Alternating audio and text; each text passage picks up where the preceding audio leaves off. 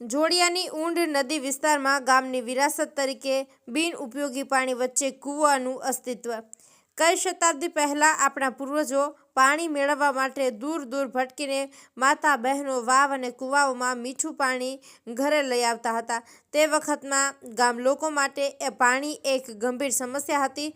વર્ષો બાદ હાલાર પ્રદેશમાં જાડેજા વંશનું રાજ સ્થાપિત થયા બાદ નવાનગર રાજવી જામ સાહેબ દ્વારા હાલાર પ્રદેશના ગામોમાં પાણી સમસ્યા દૂર કરવા માટે વાવ અને કૂવાઓનું નિર્માણ કરાવ્યું। ચોમાસા દરમિયાન ઊંડ નદી વિસ્તાર વરસાદી પાણી દરિયામાં વહ્યું જતું અને ભરતી સમયે દરિયાનું પાણી ખારું ઊંડ નદી સુધી પહોંચતું હતું।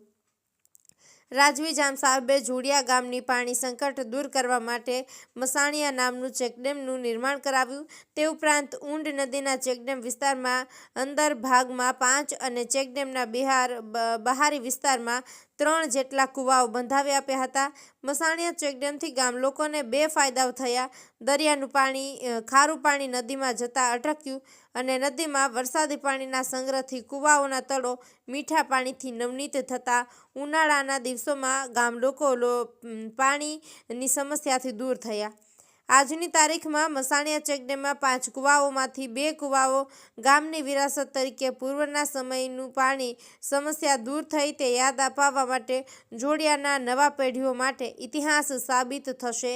દર ચોમાસા દરમિયાન ચેકડેમમાં પાણી સંગ્રહ વચ્ચે 2 કૂવાઓના અંદર અને પાણી ફરી વળે છે। ઉપરોક્ત ચેકડેમના સંગ્રહ પાણી જે વર્તમાન સમયમાં જોડિયા, બાદનપુર, કુન્નડ ગામોના ખેડૂતો માટે ખેત સિંચાઈ હેતુ જીવાદોરી સમાન બની રહ્યું છે।